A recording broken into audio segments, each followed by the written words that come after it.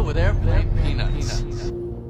Saturday Night Live is one of the oldest comedy institutions on the planet. What once was thought of as the standard of sketch comedy everywhere has without a doubt fallen off over the past few years, sliding into what many consider to be an all-time low for the show in their storied 49-year history. But viewership and ratings were able to bounce back ever so slightly this past Saturday, thanks to this man, Nate Bargatze. Look, if you're at home, I'm as shocked as you are that I'm here.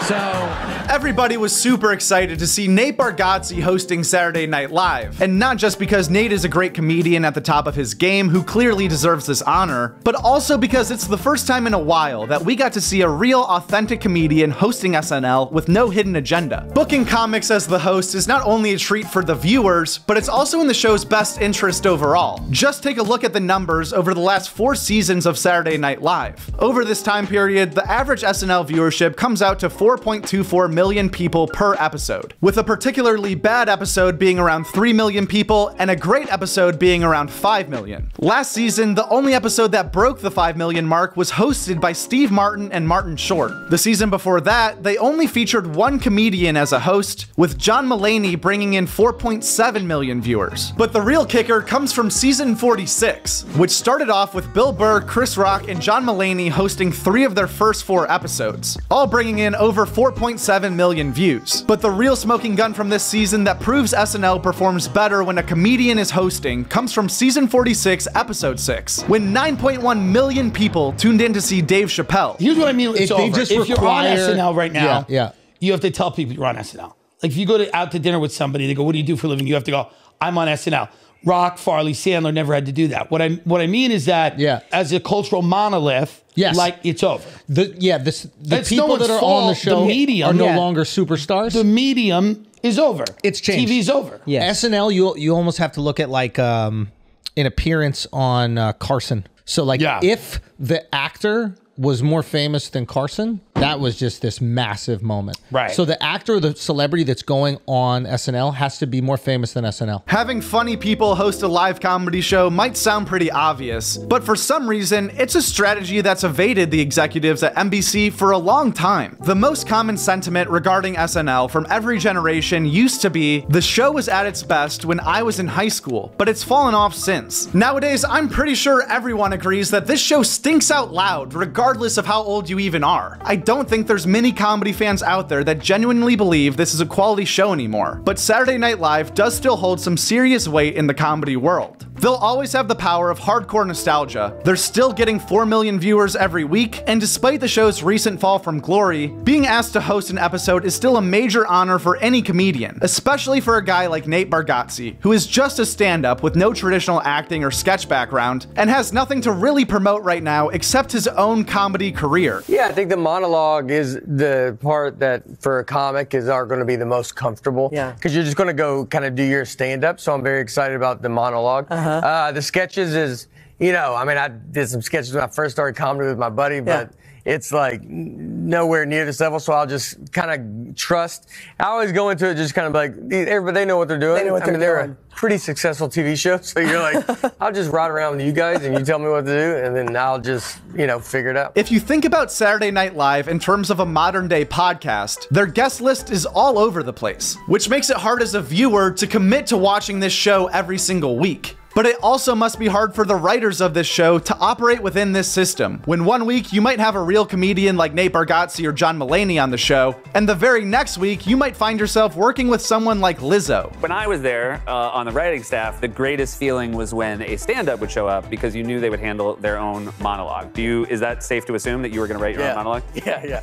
That's the only thing I can do. That's good. Like, I personally did not tune into SNL last weekend, but by now I've seen the clips from all the sketches Nate was a part of, as well as his opening monologue, which I found to be the best part of his whole appearance. Let me know what you thought of Nate Bargatze on SNL in the comments of this video, and if you saw his sketches live or after the fact on YouTube. Guest spots from last week. The Joe Rogan Experience talked with Graham Hancock. Two Bears, One Cave was Bert and John Stamos. Kill Tony this week was with Ryan Sickler, Giannis Pappas, and Mike Feeney. Matt and Shane's Secret Podcast did not have a guest. Are You Garbage had on Trevor Wallace. The Honeydew talked with Country Wayne. Pete Holmes was the guest on Whiskey Ginger. Flagrant did not have a guest. Taste Buds battled Milky Way vs. Twix. YMH talked with Kim Congdon and Sarah Weinschenk. Joe DeRosa was on First Date. And We Might Be Drunk featured Simon Rex, Jordan Jensen, Ian Fidance, and Oz Perlman. Mark, think of someone. Don't think of your wife. Too obvious.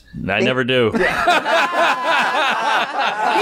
baby. Shagadelic, baby. Yeah. Think of someone if you're having a birthday party and somebody you invite, but you'd want them to be there. Got it. Somebody that, you know what, if they were having a birthday, they'd invite you, I hope. Oh, a different person. Different vibe. Okay, yeah. okay. I didn't mind. All right.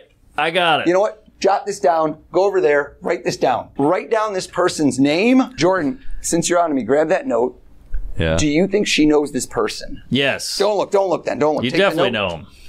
Him. Her. Keep saying him. Her. Look it up. It's Esty. What's your name? Dan. Dan. Hold out your hand. Grab it. Take it all. Make sure I'm not cheating. Let me grab this. Oh, If this my person girlfriend? had a birthday party, would they invite you? Yeah, I think so. I think so too. You know what? You just thought of it. Watch his face. October, November, December, January, February, March, April, May, June, July. Look at that expression right there. Did you see that?